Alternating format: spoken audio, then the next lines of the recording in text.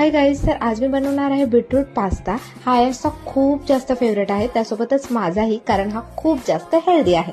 सर्वात आधी मी pasta boil करायला ठेवलेला आहे। त्यानंतर आपण त्याच्यासाठी लागणारा सॉस बनवूयात। इथे मी घेतले आहे काही काजू, त्यासोबतच बीटरूटचे काही तुकडे आणि एक टोमॅटो। याची एकदम बारीक पेस्ट तयार करून घ्यायची आहे। त्यानंतर एका कढईमध्ये तूप किंवा बटर घालूयात। तूप गरम झाल्यानंतर आपण बनवलेली पेस्ट घालूयात। थोडा वेळ ही ग्रेव्ही शिजू द्या। आता यामध्ये मसाले घालायचे। 1 चमचा ऑरिगॅनो, जर तुमच्याकडे हा नसेल तर नाही घातला तरी चालेल।